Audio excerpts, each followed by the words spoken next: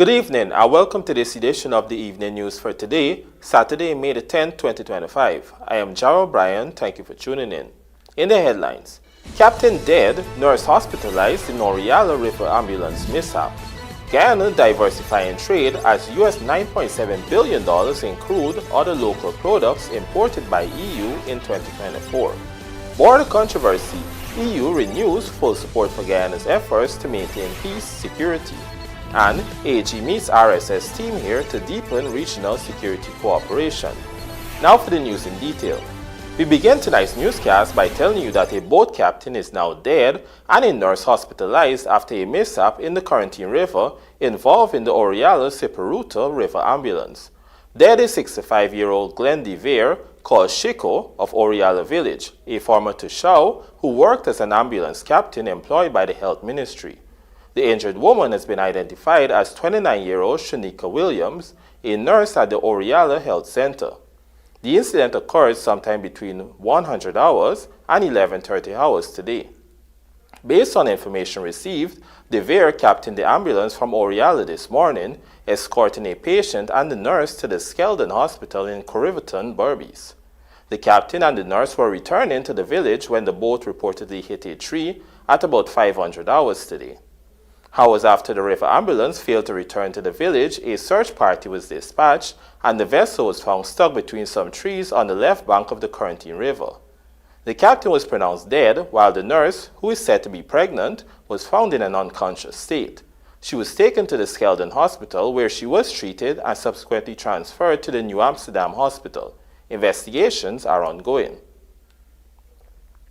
Last year, the European Union imported US $9.7 billion in products from Guyana, a sizable sum that is dominated by crude oil. However, President Dr. Finali is assured that Guyana is working to diversify its trade program with Europe to include more agricultural produce. Here are the details. Guyana enjoys a sizable surplus of trade with Europe. During the Europe Day celebrations on Friday evening in Georgetown, it was revealed that the European Union imported US $9.7 billion in products from Guyana. President Dr. Finali, who was the keynote speaker at this event, revealed that most of these imports comprised of Guyana's crude oil. This, he noted, has contributed significantly to energy security in Europe, particularly in the context of the Russian-Ukraine war. My dear friend, Ambassador Rene, spoke about the increase in the trade between Guyana and the EU. And he made the point that we have a tremendous surplus.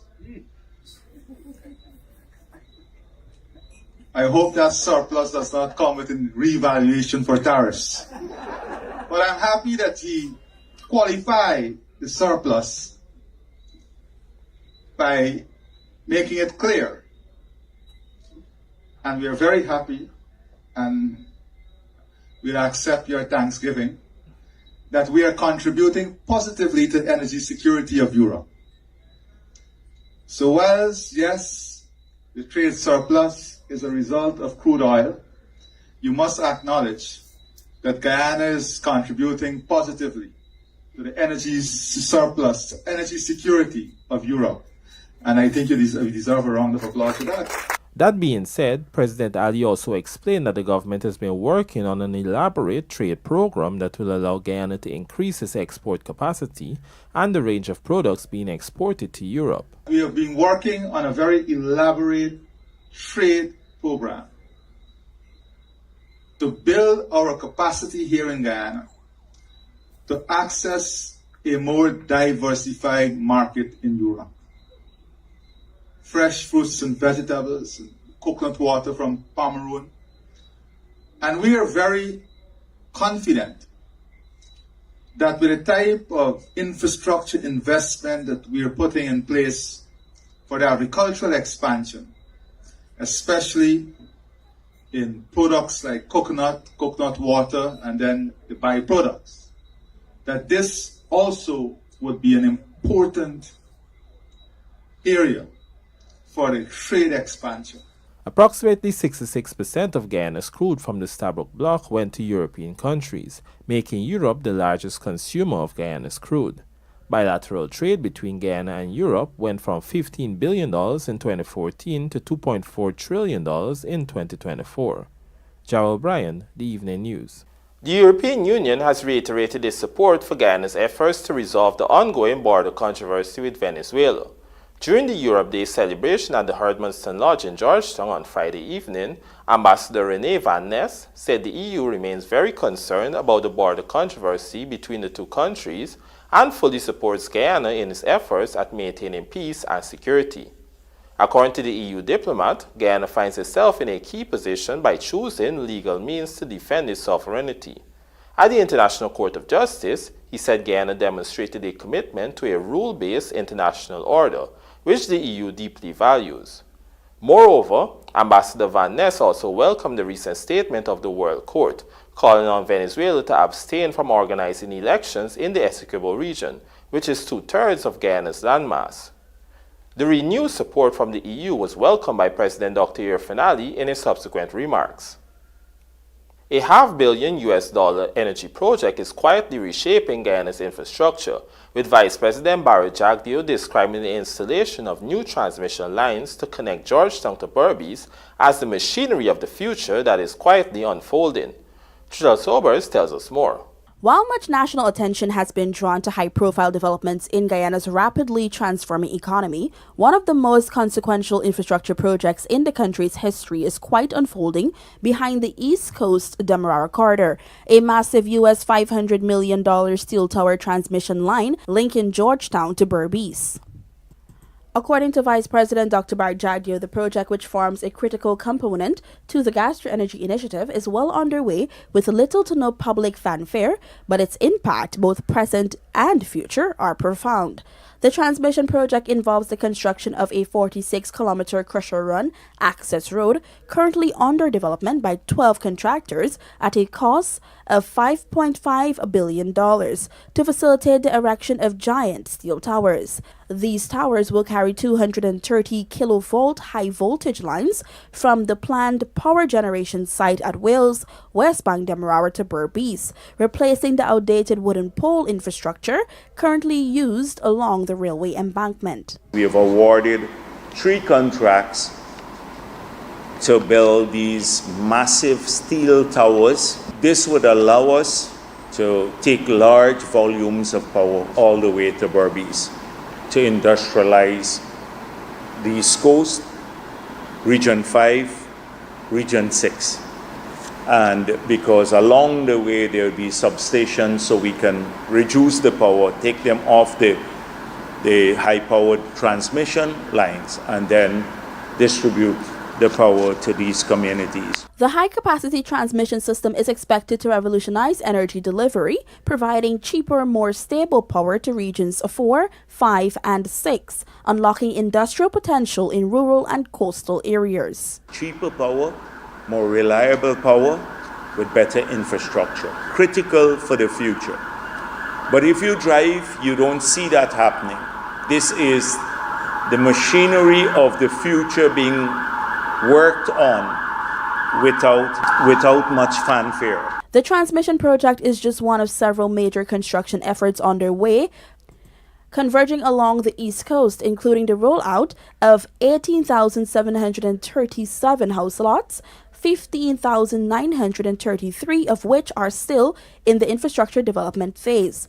Government has allocated $52 billion to prepare these lands with proper roads, drainage, water, and electricity, and nearly 40 contractors are working simultaneously to meet housing targets. However, this development surge has brought disruption to local communities, particularly due to heavy-duty traffic transporting construction materials through residential areas. In response, Jagdeo recently convened a meeting with all contractors to review and revise logistics to ensure safer, more respective movement through established communities. Trisha Sobers, Evening News. Attorney General and Legal Affairs Minister Anil Nandalal, SC, recently met with a team from the Regional Security System, RSS, that is in Guyana to strengthen cooperation with stakeholders here. The RSS delegation visited the Attorney General's chambers and Ministry of Legal Affairs in Georgetown on Friday.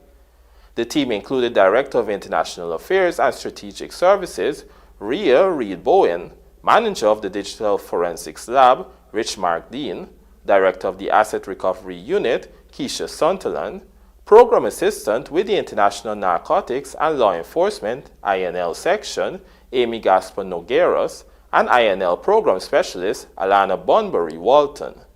The RSS visited Guyana this week to deepen regional security cooperation and strengthen training opportunities with local law enforcement agencies and the United States. The U.S. Embassy in Georgetown and the U.S. Department of State's Bureau of International Narcotics and Law Enforcement Affairs, INL, funded the visit under the Caribbean Basin Security Initiative. The U.S., RSS, and Guyana continue to strengthen regional ties, deepen training and operational partnerships, and assess future collaboration to better combat transnational crime, improve public safety, and develop more accountable institutions. Coming up on the other side of the break, hypertension care to be standardized amid spike among younger populations. Please stay tuned.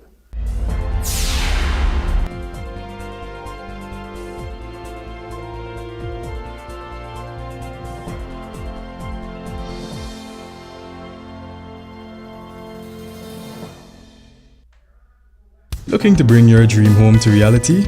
Or simply taking on a home improvement project? Then National Hardware Limited is where you should start. Let us put that touch to your home.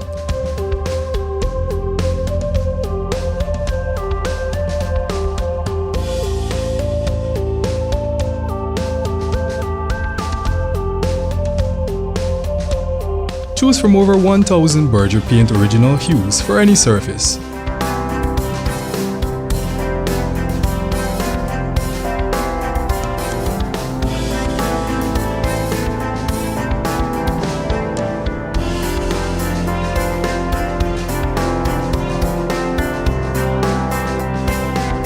We are known for our trusted brands such as Westinghouse, Philips, Sadco, Rubbermaid, Pyrex, Gibson Home, and so much more.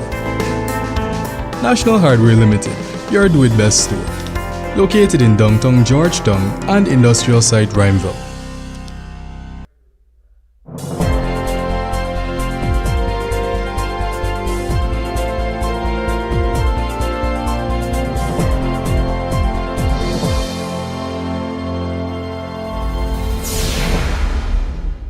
Welcome back. You're watching the Evening News. In a move set to transform chronic disease care across Guyana, the Ministry of Health's Chronic Disease Secretariat is rolling out a nationwide system to standardize the diagnosis, treatment, and management of hypertension, a condition increasingly affecting younger citizens and placing strain on the healthcare system.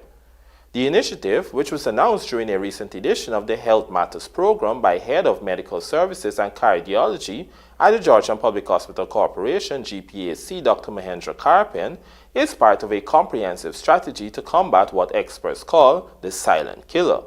Shel Sobers reports. The Chronic Disease Secretariat, through the Ministry of Health, is developing a very robust program that includes protocols of identifying patients, screening them, treating them, and trying to standardize the care across the spectrum, whether it's public or private.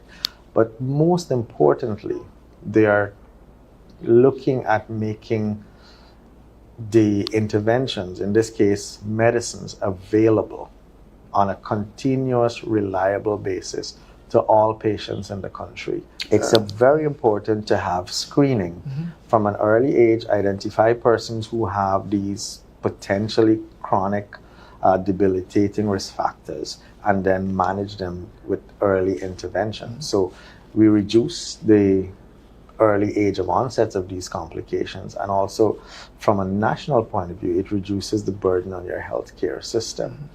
Research shows that chronic conditions like hypertension and diabetes are manifesting among Guyanese 10 to 15 years earlier than in developed countries, most commonly among people in their 40s and 50s. In comparison, such conditions typically surface in 60s and 70s in North America. In this regard, the Health Ministry's new framework will take into consideration routine screening and early diagnosis at both public and private health facilities, clinical protocols for consistent management of hypertension and related risk factors, continuous reliable availability of medication regardless of patient location or income, and national training and support for healthcare providers to ensure evidence-based care. According to the head of medical services and cardiology at the Georgetown Public Hospital Corporation GPHC, Dr. Mahendra Karpan, this move is crucial given that the availability of medication remains a critical barrier, with many patients who need ongoing drug therapy failing to get consistent access, leading to poor disease control and deadly complications. And we can continue to go after our lifestyle changes, etc. But there are a number of persons who would have passed that stage or for whom that will not be sufficient for them to control their hypertension. So drug intervention, medical therapy intervention is going to be critical for those patients. And one of the barriers to control is availability.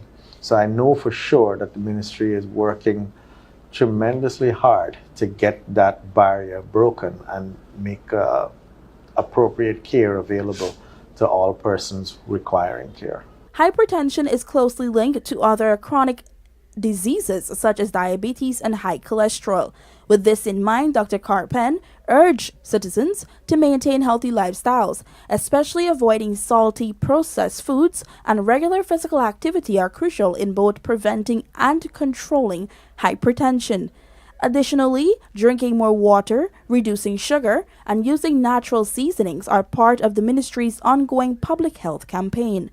Trishelle Sobers, Evening News. The Guyana Bank for Trade and Industry, GBTI, has reported $1.2 billion profit after tax for the first quarter of 2025, an increase of 25.2% over the previous year.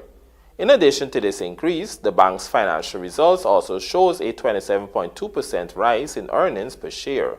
According to GBTI's chairman, Robin Stowe, BSc, this performance reflects the strength of the bank's business model and the successful execution of its long-term strategy.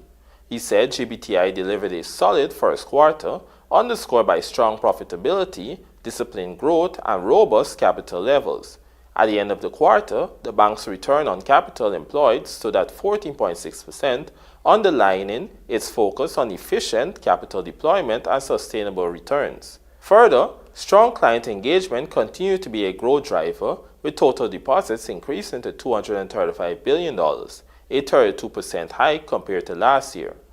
The chairman said this performance speaks to the trust placed in GBTI by its clients and the attractiveness of the bank's product offerings and relationship-driven approach. Looking ahead, Stobe said they are excited about future opportunities and remain committed to driving consistent, profitable growth, further strengthening digital and client capabilities and upholding the financial discipline that has long defined GBTI. This first quarter performance comes on the heels of GBTI recording $4 billion in after-tax profit for 2024. In light of the recent increases of subsidies for neighborhood democratic councils from $5 million to now $30 million, and municipalities from $18 million to now $50 million, the Guyana government has underscored the importance of these local authorities consulting with residents before implementing community projects. Andrew Carmichael has the details. There are massive plans for further development. However, residents must have a say in the decision-making process in municipalities and NDCs. This was according to Executive Secretary of the People's Progressive Party, Zulfikar Mustafa. His comments came as he met with residents of Crabwood Creek on Saturday. Government recently announced a substantial increase in subvention to NDCs and municipalities. However, Mustafa noted it is not a license for those local authorities to implement programs and projects as they want. Mustafa, who is also the Agriculture Minister, said there must be consultations with citizens. We have to have the input of the people who are living there, who are experiencing these conditions, and they must have an input. I saw a complaint went to the Vice President, who is the General Secretary of our party, that proper consultation was not done in an area for the subvention part to be planned properly. And he has instructed that a minister will deal with that issue, come back to the community to deal with. That is a kind of response, and that is the kind of way we work. Among some of the issues raised by residents at Crabwood Creek were the need for assistance in the agriculture sector from the ministry, also the need for excavators to work in farmlands, and for improved drainage and irrigation. One farmer questioned the proposed price for paddy and the next crop, noting that it would determine whether they go back into the crop. Look at the world market today. The price for grain has been dipping all the time. If you look around the world, especially for rice, we have seen a drastic decline in the price for rice. Because why? Large producers around the world have been producing a large amount of rice back into the world market. So the production is big. You have a large increased production. And when you have increased production, that will eventually drive the price down. So when you look around the world, farmers around the world are facing difficulties. Farmers around the world are facing difficulties with the cost of production increasing and the price for the produce declining. That's a serious problem.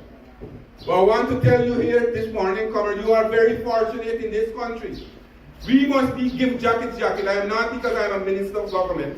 Right here, neighboring Suriname, you see what happened, the people have dumped their paddy because of the price. The Suriname government has subsidized the price for them, but the Guyana government subsidized the price for you. Every bag of paddy you sold, we are giving you $300 from the government, from the cough of the government. $300 for every bag of paddy a farmer sold to the mill. We are contributing $300. So the millers are buying the paddy for $3,700. And we are giving you $300 from the government. For the evening news, Andrew Carmichael. And now for a look at the bridge reports. The Demerara Harbour Bridge will be closed to vehicular traffic on Sunday, May 11, 2025 at 3 hours 55 for a period of 1.5 hours. Meanwhile, the Berbice River Bridge is expected to be closed at 15 hours 40 on Sunday, May 11, 2025, also for a period of 1.5 hours. Guyana's women set up rematch with Jamaica on Sunday. This and more coming up in the Sportscast after the break.